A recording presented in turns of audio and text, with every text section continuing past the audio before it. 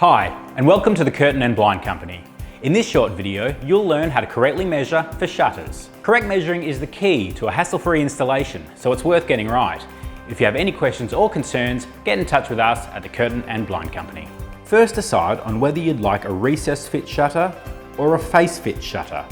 For a recess fit shutter, you'll need to measure your window recess and make sure it's at least 70 millimeters deep. Then you'll need to measure the width of the recess of your window from left to right in 3 places.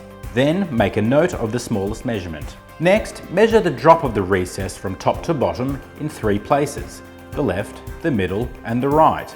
Make a note of the smallest measurement. To measure for face fitting shutters, first measure the outside width of the window in 3 places: the top, the middle, and the bottom. Then record the largest measurement. Next, record the outside height of the window in 3 places: the left, the middle, and the right. Again, record the largest measurement. And that's it. Head to the Curtain and Blind Company website, customize your order, and we'll send out new shutters in no time at all. It really is that easy at the Curtain and Blind Company.